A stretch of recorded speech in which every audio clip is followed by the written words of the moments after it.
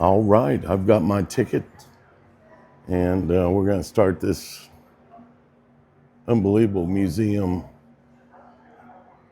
tour of Muscle Car Corner. I like all year Corvettes.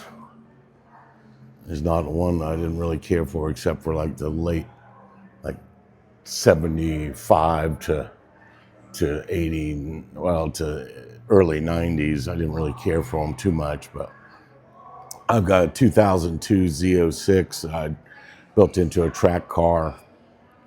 And I just simply enjoy driving that car. Out of the cars I have, that's the one I like to get behind the wheel and thrash. That thing's a lot of fun. So I've been a Corvette guy my whole life. My dad had Corvettes. Our family doctor across the street had a 67 427 Marina Blue, 400 horse trip car. Grew up around that car and spent a lot of time in it. So Corvette's always been a passion for me. It's all about the car. It's not about what people perceive when you have a Corvette. Everybody thinks, oh, you got a Corvette, you're too good to, talk to. And, that's just the opposite with me. I grew up with them. I love them. I love the car. And I love that it's America's sports car. So restored my 1973 Stingray that was my grandmother's and took it to NCRS and went through all the channels.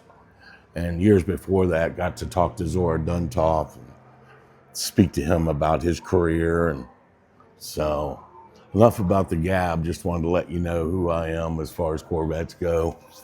And I've had one for the last 30 years and looking to possibly get a new Z06. So gotta switch some classic cars up, sell, and try to get, I'd really like to have this car right here, the ZR1. That's what I want.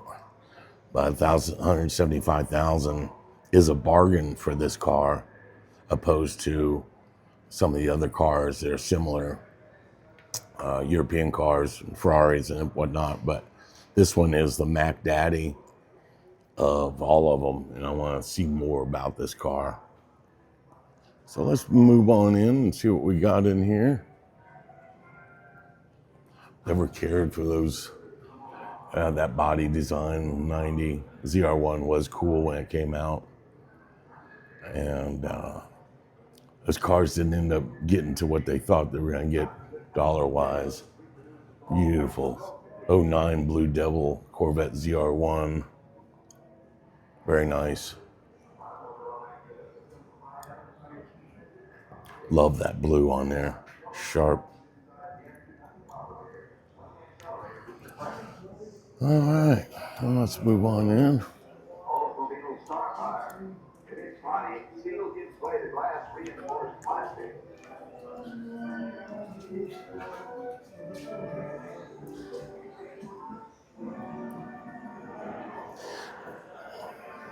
1961 was a pretty cool year in Corvettes. I believe it was 62 was the last trunk car they had until the C5 came out, and they brought that trunk back, which I love on my Z06 Corvette. It's got a trunk. It's probably a pretty unusual color combo. I like that maroon. I don't know if that's what that is. It's Honduras maroon. They had Marlboro maroon also. Back in the day,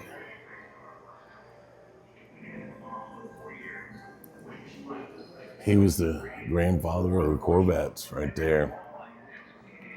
I did get a chance to meet him late 80s at NCRS at Cypress Gardens. Picked his brain, and he was the godfather of Corvette. Amazing man. He had a vision, and what a vision it was. Super neat. Lived up until 96. Him and his wife.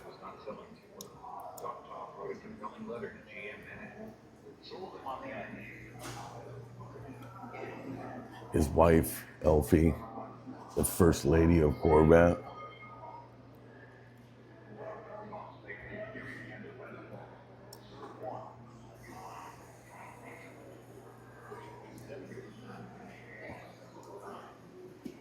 The entombed Corvette. This is the one that was found up under this guy's office. And it sat there forever until they went to tear it down and found the car was there. And I believe the family, got it back at that point and wanted to put it in this museum, which I think is super cool. You talk about a car that just sat in a brick building like this. I guess it was a basement, but they built the building around the car. So neat story.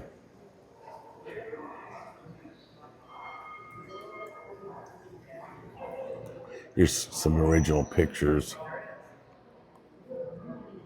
of where the car was and how it was found.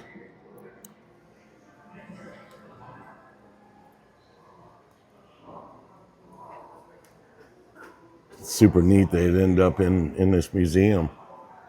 I love it. History of Corvette. There are a number of unique stories about various cars out there, but one early Corvette holds a very special and unique story. This is the famed entombed Corvette. This car, of course, was purchased by a gentleman named Richard Sampson back in 1954, and his daughter Cynthia is still alive today. We had a chance to interview her about this car. Her dad bought this car in 1954, loved cars and had an interest in the new Corvette, so he purchased it. But his wife didn't seem to like the car that much. And in 1959, he decided that if he couldn't enjoy the car with his wife, he wouldn't drive the car. Now, Mr. Sampson owned a chain of grocery stores out in the Brunswick, Maine area, and he was having a new one built. So he drove the car down to the grocery store construction site, handed it over to the construction crew, and said, I want this car locked away into the building. They then proceeded to build a brick and mortar tomb inside the grocery store. The only way to see the car inside of the tomb was through a small 1 square foot window in the stockroom, and also through a trap door that led down into the tomb from an office above. There were 2 incandescent light bulbs that could be turned on with a switch inside the stockroom to check on the car. Now, the car went into the tomb in its original paint, original interior, original top. The top was up, the side curtains were in place, and that is the way it sat in the tomb until the 1980s, when new owners purchased the land. Wow, what a story, man. There's the car. Super cool story. Now, 1967 was a pinnacle year for Corvettes. The C2 was one of the most popular and famous cars. I grew up around one of these. It was a coupe, 427, 400 horse with air, 4-speed. And our family doctor had it. My dad used to take care of it for him and maintenance it. So we got to drive the car. And I'll never forget being in the back of that car when I was a kid with my dad and his buddy. And he said, let's see what this thing will do. And that car was banging on the peg at 160 and wanted to go further, and it was not done yet. So I have been in one of these cars at 160 mile an hour when I was around 12 years old. I'll never forget that ride. It was something as a kid, hearing the side pipes rattle and this thing just cooking down Highway 40 back in, I think it was 75. Just a cool memory for me, and it makes these cars they're one of my favorite of all time. It's just nothing like a 427 side pipe, 4-speed trip car to just wake you up They're a lot of horsepower and a little bit of work. They were made to be monsters. So super cool. Love this. 66 here again was an amazing pinnacle year for it also. But small block cars didn't do it for me as much as these big block C2s. Just an amazing car. I love this whole gas station here. This is neat. So let's take a look at a couple motors.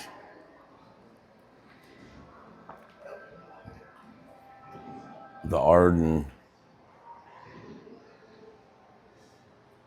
Nice little cutaway motor. 64, 65 Corvette L84 motor. They spend a lot of time in producing these custom motors, and they're worth a bunch of money now if you can find any of them. I got the tranny and everything, shifter, it's all there. Quite cool.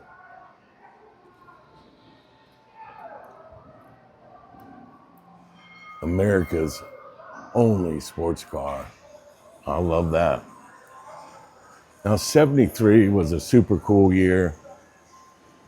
My grandmother, the story is, I'll tell you real quick, on the Granny's 73 Corvette, my dad's brother lived in Fort Myers, Florida.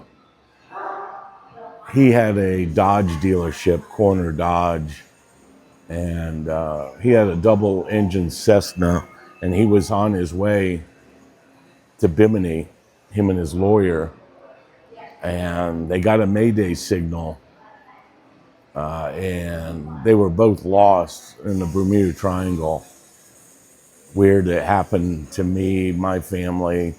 So my dad and grandfather wanted to get a 73 Corvette in commemorance of Robert Bob Corner. If you look up Bermuda Triangle, pull up Bob Corner, and it'll tell you the story about it. So we got the car.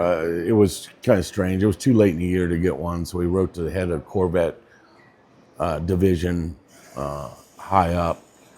And my grandfather worked for Ford Motor Corp in England, so he sent on an old Ford letterhead to him that the story behind my grandmother wanting is getting a car for my grandmother, and the story about her son and Bermuda Triangle and everything. So we ended up getting one ordered, special ordered it with no radio. Grandpa didn't want to pay for a $260 radio back then. It was expensive. Luggage rack, air car. That's it. It's red. Just beautiful car. I've had it. I restored it, took it to NCRS, and it's been a big part of my life. Unfortunately, it's been in the back burners for a while. So that car is going to get resurfaced, and I talked to him about maybe getting it in this museum. So we'll see. What may not happen, but I'm going to try, you know. Thank Granny. There's not too many stories about a little old lady with gray hair flying out the window in a Corvette Stingray.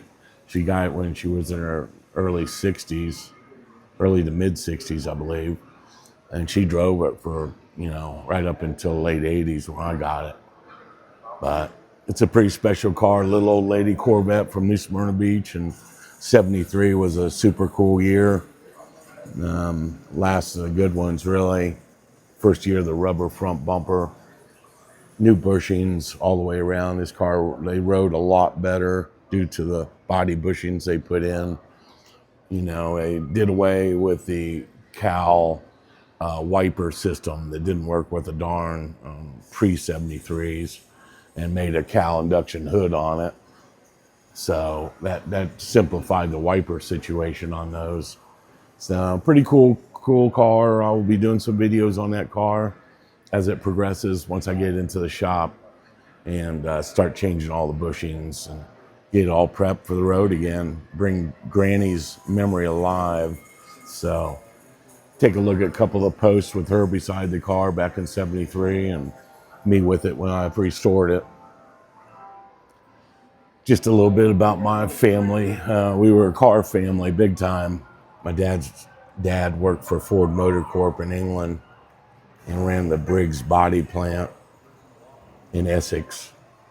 So we started out as a car family, and my dad's brother had a Dodge dealership, and we always had some pretty cool cars, growing up. So that's what brings me to this museum today. The the 69 L88 was one of my favorites. It was a factory race car. These motors were nasty. Huge cam. I think they were 12 and a half to 1 pistons. They were just a force to be reckoned with. And it was a lot of horsepower in a little car. And boy, they did haul ass. I never got a chance to ride one, but still one of my favorites today.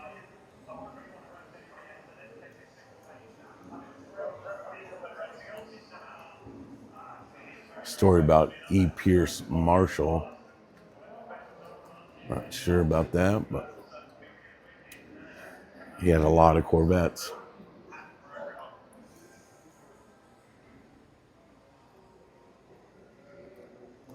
C8R. Saw this car debut at Daytona for the 24. And it's an unbelievable car. That's all I can say. Would like to thrash that around Daytona once.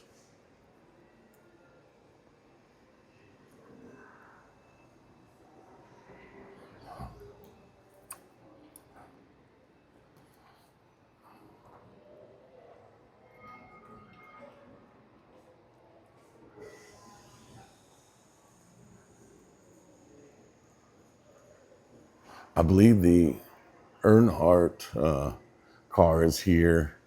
The Dale and Jr. drove, if I'm not mistaken.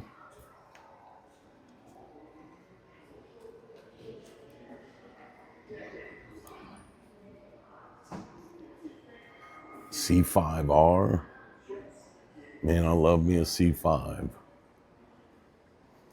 There was a lot of R&D put into these cars by GM on the proving grounds.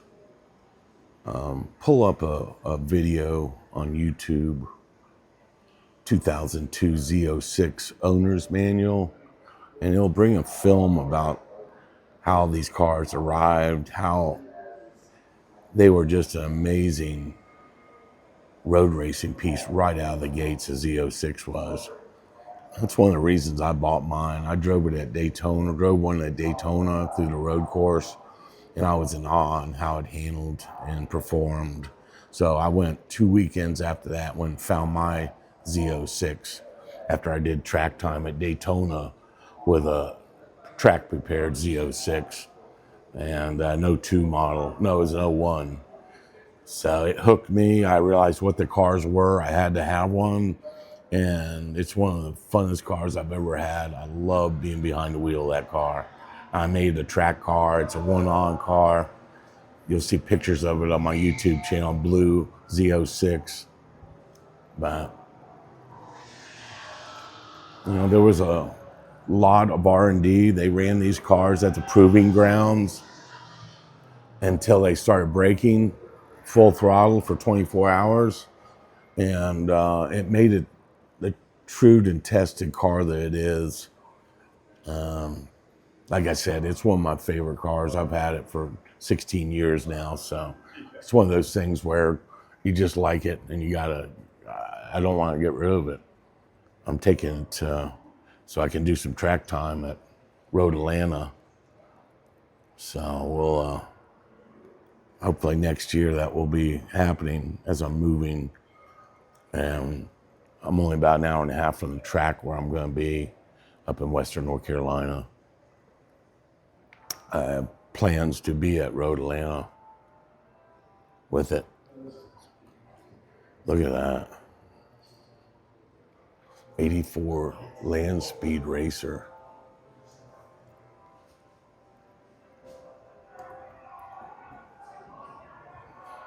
I'm sorry, I don't want to bore you guys with my connections to Corvettes, but I think I need to tell you because they've been an important part of my life, pretty much my whole life. So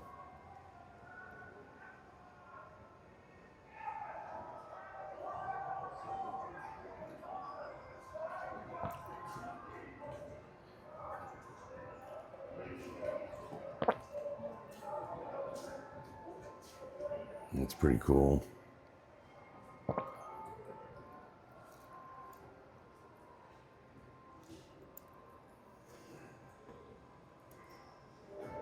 Never knew they had a land speed Corvette. There's the original picture of it right there.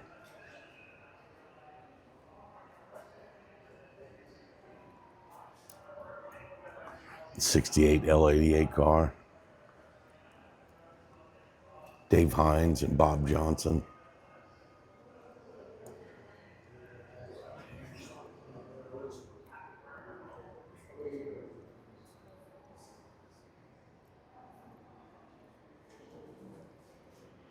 And that was the start of the '63 Z06. That's it right there. That's what started out the whole revolution of Z06s right there. They had some options on them that were really instrumental for these cars to win. The big brakes and the big tank option was what it took to make these cars win. The RPO Z06 package. This was the start of the Z06 phenomenon. Dick Thompson and Don Yanko as drivers. Don't get any better than that. Here's the Golf champion car. Oil champion car. Super neat.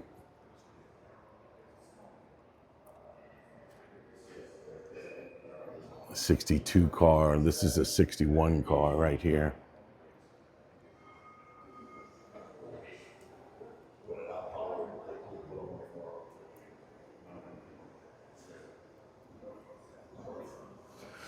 .283, 315 horse engine, fuel injected, Borg Warner 4-speed, posi traction rear.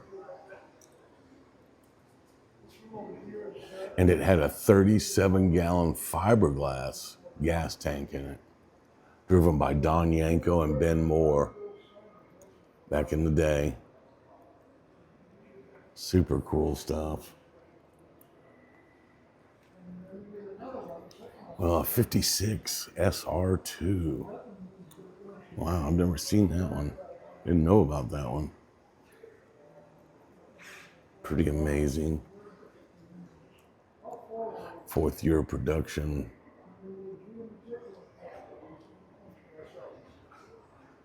Harley Earl had to stop his own son Jerome from competing in a Ferrari 250 during the upcoming 56 road racing season. So they built this car to make it happen. Quite amazing.